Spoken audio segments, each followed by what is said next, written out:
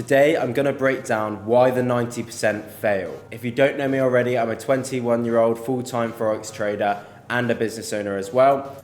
And I'm gonna be going through the reasons I believe 90% of people fail, whether it's business or trading. Now, the first point I want to run through is that generally people are way too focused on the goals rather than their systems. Now, this is broken down really well in this book here, Atomic Habits by James Clear. The book's all about creating good habits and systems that align with your goals.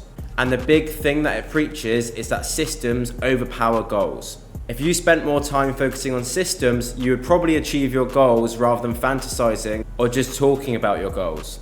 I see it all the time. Everyone's always giving themselves a time span, an extremely big goal in a short amount of time, rather than actually focusing on the systems and processes that get you to that goal. Rather than a new trader just saying they want to be a six-figure trader in 1 month, instead they should be looking at the actual process it takes to get to a six-figure trader. And they should be implementing systems that help them achieve those goals, but over a long period of time. And that also don't stop at that goal, because you always want to overachieve. I mean, I see it all the time. A lot of people I know will take up 10 different side hustles, not give any of them the proper focus, systems and processes to get to the stage they want to, and instead just look at a money figure or a goal that isn't realistic if they don't give it the appropriate time. And this is what leads to a lot of people quitting before they've actually even begun. So the second reason I believe the 90% fail is down to their discipline and ability to work hard. I always get asked, how quickly can I make this happen? How easy is it to do this? Why does it have to be easy? Why does it have to be quick? Nothing worth doing is ever easy. Yes, maybe trading looks extremely easy, and it is easy once you've got the skill set. It's a hard thing to acquire. And that's why I always preach about learning from the correct people. But even in general business, everyone's always trying to do things in a ridiculous amount of time with no experience in the field they're actually studying, and don't have the discipline or hard work to stick and ride out the processes needed to achieve their goals. It's the same with the gym. Everyone knows if you go to the gym every day, you're going to see results over the long run. But only a small percent have the discipline to actually commit to that and get the results that they want to. But people always react to the tip of the iceberg. They'll see the amazing body or great return on their skill that they've been learning and assume that they've done it overnight, when realistically it's taken months or years to get to that point. They just haven't seen the behind the doors. So just to build on that second point, here's a graph going through the skill learning curve. So ability determines where you start and how far you go. Most of us believe you can learn a skill if you put in the time and effort. I would say majority of people will quit around here, just before it gets really good.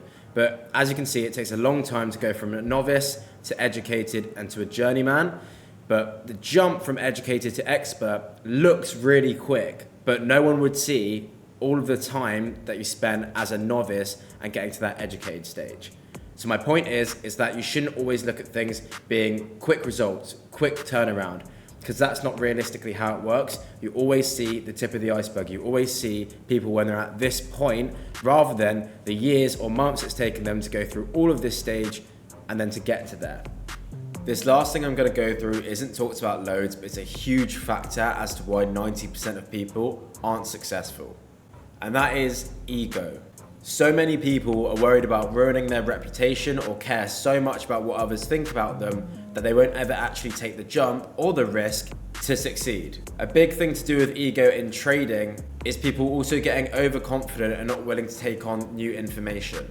Even me, who's been trading 3 to 4 years, I still have much to learn. I'm always growing and I always have new things I can improve on. A good book my friend recommended is Ego is the Enemy.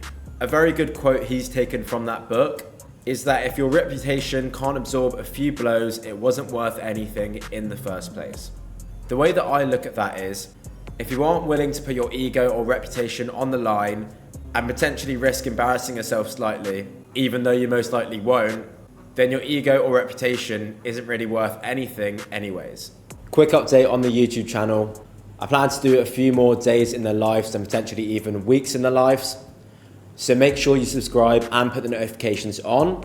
I'm also going to make more videos updating that $300,000 funded account with my Forex funds, and plan to do the odd video like this as well. I'm going to try my best to upload twice a week with a hygiene standard of at least 1 video a week.